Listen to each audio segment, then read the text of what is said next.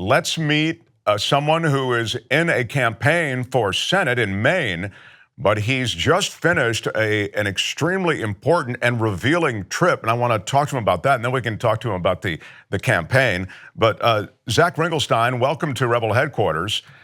People know you who have watched this show before and are familiar with TYT, but as I say, I would like to address your campaign before we're done here, but you just were to the southern border, weren't you?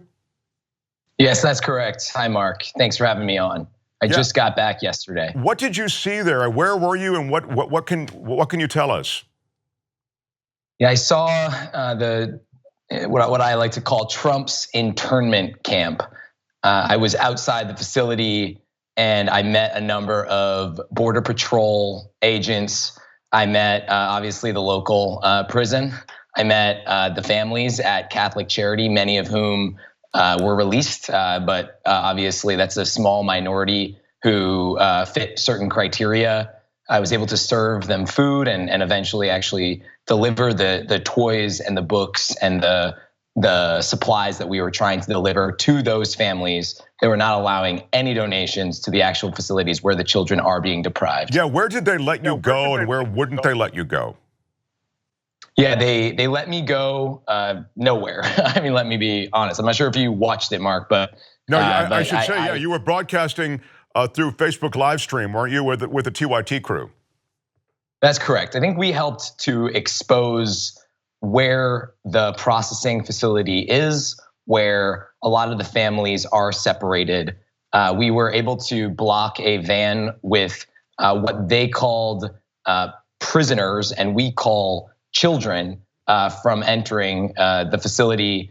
We obviously let some food through, and they would not let us even really schedule a way for us to get into the facility. They're not being transparent. They are being, I think, very purposefully just the opposite, keeping us out because they know what they're doing is a human rights violation and is a terrible black mark for this country.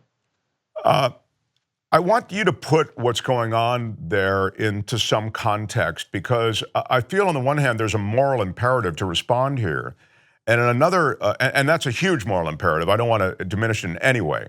In another way, there are all these other things going on that this Trump regime is getting away with, because the focus, all of our focus, is on what's going on with this moral imperative. Yes, it seems like the Trump administration goes to new lows every single day. It's an embarrassment. It's disgusting. I've come to believe that we are now living in an authoritarian era, and it is a scary thing to think that we are going to have to live with the policies of this administration for a long time until we can undo them, and I want to be part of undoing them.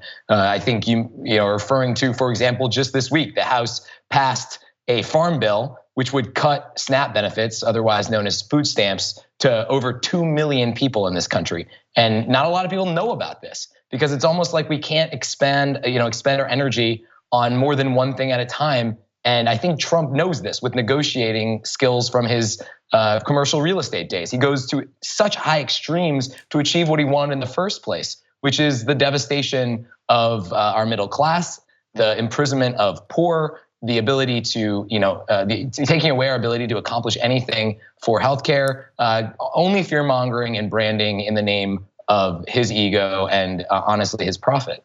I'm so glad, Zak, that you mentioned the farm bill, because also in that same farm bill is a huge giveaway to pesticide companies that will roll back basic protections for consumers, for food. In other words, the poisoning of our food is going to be permitted again by this new farm bill. And as you suggest, because of this story, which, as I say, has this huge moral imperative associated with it, with these innocent families being broken up at the border, we're not hearing about the Pruitt corruption, the Zinke corruption, the Wilbur Ross corruption. So I think you're right to suggest that this spotlight is taking itself off of things that also deserve attention. Yes, and this is by design. We know that, and this is what authoritarian regimes do by nature, and it's why we need to do what we believe is right. We need to stand up, we need to resist, and we need to be running candidates who are willing to actually stand up. And I believe that we need to be running candidates who are not profit motivated, because at the end of the day, what I saw was state-of-the-art facilities. In a situation, I was in jail. Okay, I was in jail. Saw a detention center from the outside that is state-of-the-art and brand new. And we know that that private prisons have spent $45 million in total in just 1 year. And I just want to say that it is a travesty that we're allowing these companies to even get their hands into Washington. We also know that the student to teacher ratio is 16-1 in this country, and the inmate to officer ratio in our prisons is 4.4-1. So what is happening to our country? We are imprisoning our poor, we are imprisoning our immigrants, and we are basically taking away our ability for the majority of people in this country to live the American dream, and this is by design under the Trump administration. Zak Ringelstein, I know you're going up against the incumbent Angus King, and you're doing it without PAC money. You're not taking any of these corporate donations, and you have this huge social media following. I mean, we're really hoping that this wave continues. But on this point about immigration, because you were talking about the private prisons, you were talking about what has been set up there and what will continue to be set up. The incumbent there in Maine, Angus King, I believe, supported the Kirstjen Nielsen in confirmation. Am I wrong about that? I think that's right. Yeah, that's correct. Senator King, he helped confirm Kirstjen Nielsen, and thereby, I believe, is complicit in this mess. I mean, I don't want to lay this entire mess at the feet of Angus King, but nonetheless, unless you do provide some roadblocks to all of this, this continues. And so I think it's fair to tag Angus King with this, because this is nothing to be proud of. Yeah, I think it's really important for all of us as the American public to recognize that if this is our country and we are going farther and farther and farther to the right, if you can see that on your screen, and farther and farther and farther to the corporate. And so if we have a centrist like Angus King, he is also, by the way, being taken, because he's right in the middle here, he's being taken farther and farther and farther to the right and farther to the corporate. And so when he says, oh, we should just go ahead and confirm nominees like Kirstjen Nielsen, what he's basically saying is he's okay with what is happening at the border, he's okay with torture, and he's okay with these internment camps. And quite frankly, he had an opportunity to help block these things and thinks he can get away with it politically because he's not making the same kind of waves. I find it to be despicable, and I think we need to call out this centrism.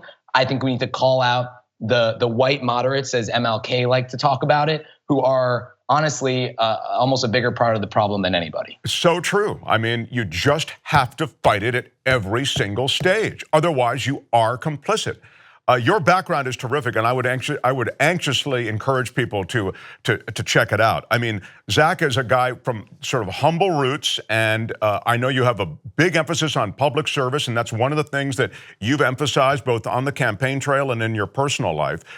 Speak to that for a minute, because I really feel as though we all have to now rise to another level to lift this country up from where we are. Yeah, that's correct. We need to rise up. We need to recognize that the working class is not at the table. We are on the menu. We live in a time when 1% of our country owns 40% of our wealth, and we're almost 50% of our country can't make the basic necessities, and almost 50% that a $400 emergency couldn't afford it. We'd end up on the streets. And listen, I grew up in a family, a wonderful family. My parents are amazing. But we qualified for free and reduced lunch on a social work salary growing up. And I have two brothers who have been in the Navy, one who's a naval helicopter pilot. And I'm very proud to be an American, and I'm very proud and patriotic. But I think patriotism cannot just be sitting by as an authoritarian regime rips up everything that my brothers have fought for.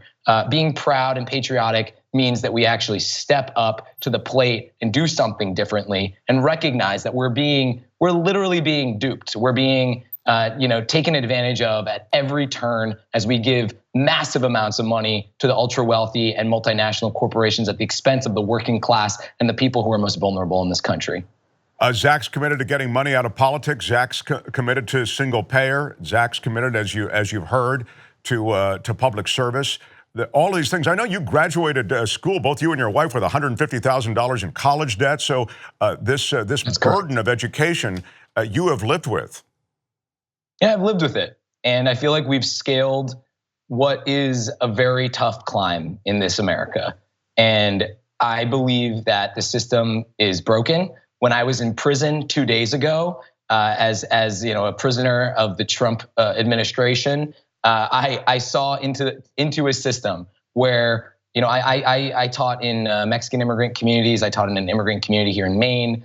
I've taught across the country, and I've actually worked for the UN, and I've had a number of experiences, including sitting at White House policy tables. And what I can tell you for certain, having just experienced this new experience in a jail cell, is that we need to do a better job of taking care of our own people. And the way that we take care of our own people is by investing in education, in healthcare, and in the working class, finding ways to create high-wage jobs so that people don't get desperate.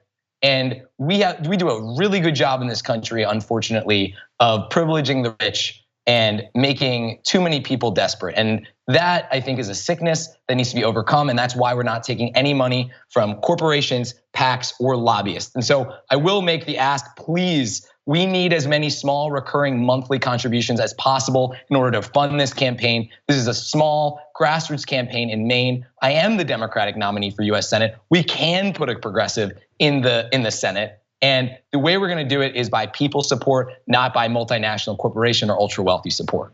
Very well said, and I might add, you really walk the walk. I mean, you went down there, you did get arrested, you spent time in jail, you just got out and returned to Maine, and are now spending time with us. I mean, and again, in other words, these aren't paper sacrifices you make.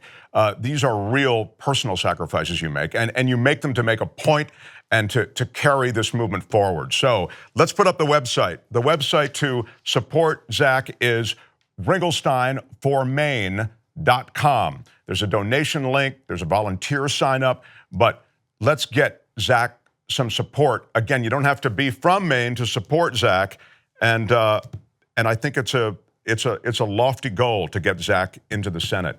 Hey, Zak, thank you for joining us today, and we wish you the very best of luck.